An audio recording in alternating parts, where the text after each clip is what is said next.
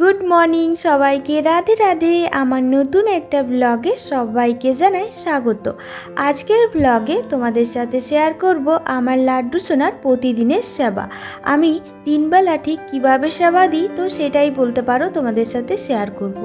আর তোমরা তো জানো এবছর জন্মাষ্টমীতে আমি আমার লাড্ডু সোনার প্রাণ প্রতিষ্ঠা করেছি। তো চলো ভিডিওটা শুরু করা যাক। সবার ফার্স্টে সকালবেলা আমি এখন আমার লাড্ডু সোনাকে ঘুম থেকে তুলে নিচ্ছি।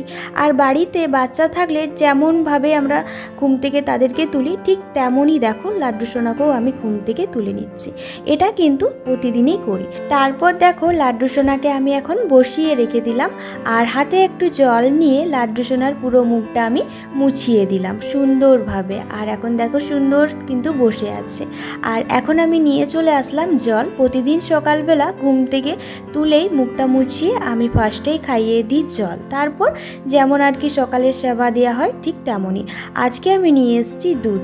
হ্যাঁ, প্রতিদিন কিন্তু দুধ দেওয়া হয় না, তো সকালবেলায় প্রতিদিন অন্য অন্য খাবার দেওয়া হয়। ঘড়িতে এখন বাজে 11টার মতো। আর এখন কিন্তু সময় হয়ে গেছে লাড্ডু সোনার স্নানের। সকালে সেবা দেওয়ার পর ওখানেই আমি কিছুক্ষণ বসিয়ে দিই, কারণ সকালবেলা বুঝতেই পারছো অনেক কাজ থাকে। তো কাজকর্ম সেরে ওই 11টা নাগাদ আমি আবার চলে আসি লাড্ডু সোনাকে স্নান করাতে। আর এখন দেখো স্নান কিন্তু আমার কমপ্লিট হয়ে গেছে লাড্ডু সোনার। তারপর সুন্দর করে রেডি করে দিই। এটা কিন্তু প্রতিদিনই করি। আর হ্যাঁ, প্রতিদিনের জামা কাপড় কিন্তু একদম পরিষ্কার পরিচ্ছন্ন স্বচ্ছ কিন্তু তোমাদেরকে পরাতে হবে। এটা কিন্তু স্নানের পর একদমই মাথায় রাখতে হবে। আর আজকে একটা বিশেষ দিন, যেটা কিন্তু তোমাদেরকে বলা হয়নি ভিডিও শুরুতে।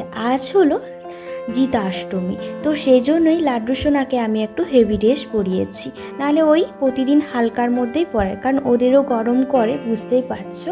আর আজকে বাড়িতে বেশ অনেকগুলোই গাছে ফুল ফুটেছিল, প্রতিদিন হয় না, তো সেই ফুল দিয়েই কিন্তু এখন লাড্ডু সোনার সিংহাসনটা দেখো সুন্দরভাবে আমি কিন্তু সাজিয়ে দিলাম। আর লাড্ডু সোনাও যেহেতু রেডি হয়ে গেছে, তো তার ভোগটা আমি নিয়ে চলে আসলাম। আর এখন দুপুর হয়েই গেছে, তো আজকে আমি বানিয়েছিলাম লাড্ডু সোনার জন্য পায়েস। তারপর বিকেলবেলা চলে আসলাম লাড্ডু সোনার আমি একটু ছাদে।